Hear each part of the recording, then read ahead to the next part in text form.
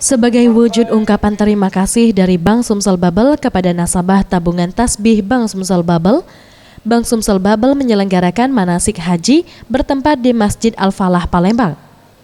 Direktur Utama Bank Sumsel Babel, M. Adil, mengatakan, untuk tahun ini Bank Sumsel Babel memberangkatkan 2.500 calon jemaah haji dengan 4 kali pertemuan manasik haji. Banyaknya calon jemaah yang berangkat ini memantapkan posisi Bank Sumsel Babel sebagai bank pilihan masyarakat. Bank Sumsel Babel Syariah untuk menyelenggarakan manasik haji, baik untuk nasabah tabungan tasbih dan juga untuk masyarakat sebetulnya. Dan ini tahun yang ke-12 penyelenggaraan manasik haji, dan hari ini kita buka di Masjid Al-Falah Jalan Raja Bali. Dan tahun ini ada 4 kali pertemuan untuk manasik haji ini, di mana pengasuhnya, kiainya, kita kai yang terbaik di Palembang ini dan sekitarnya. Ini tidak hanya di Kota Palembang, termasuk di Kabupaten Kota dan Kepulauan Bangka Belitung.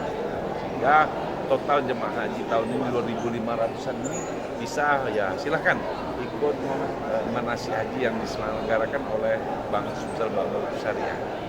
Lebih intensnya diadakan lebih awal penyelenggaraan manasik ini kan diharapkan calon-calon jemaah haji dari Bank Sumsel Babel, khususnya di Provinsi Sulawesi Selatan dan Bangka Belitung, akan lebih baik mengikuti ritual ibadah haji ini.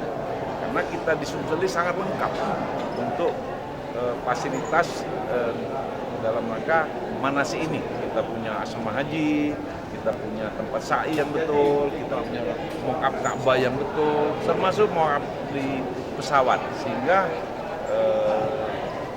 peserta calon jemaah haji bisa mengikuti secara seksama dan harapannya ya menjadi haji yang mampu. Ia menambahkan, bagi calon jemaah haji yang akan berangkat tidak perlu membawa uang tunai yang sangat banyak karena nasabah tabungan tasbih sudah memiliki ATM Visa yang dapat digunakan ketika beribadah di Tanah Suci. Tim Liputan Sriwijaya TV.